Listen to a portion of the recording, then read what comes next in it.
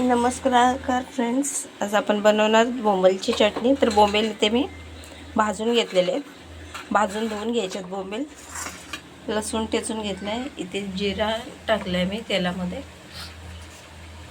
तसे तर बोंबीलमध्ये 5 मिनटं पाणी टाकून ठेवा.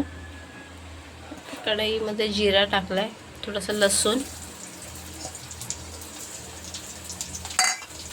कढीपत्ता नाही,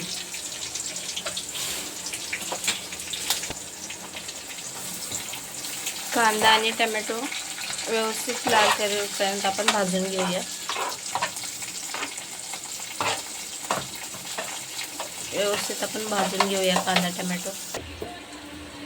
मीठ टाका आवडीप्रमाणे.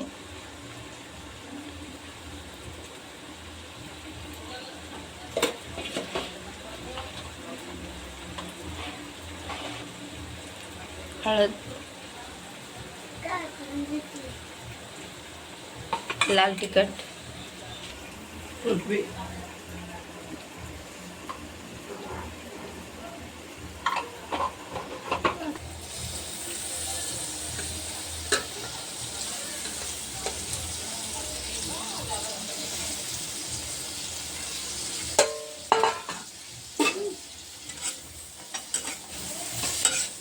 बोंबील मस्त मसाल्यामध्ये परतून घ्या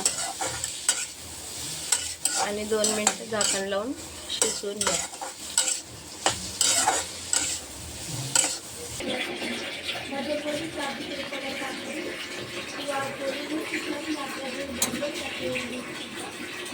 बघा, मस्तपैकी आपली बोंबीलची चटणी बनवून तयार आहे. बघू शकता तुम्ही,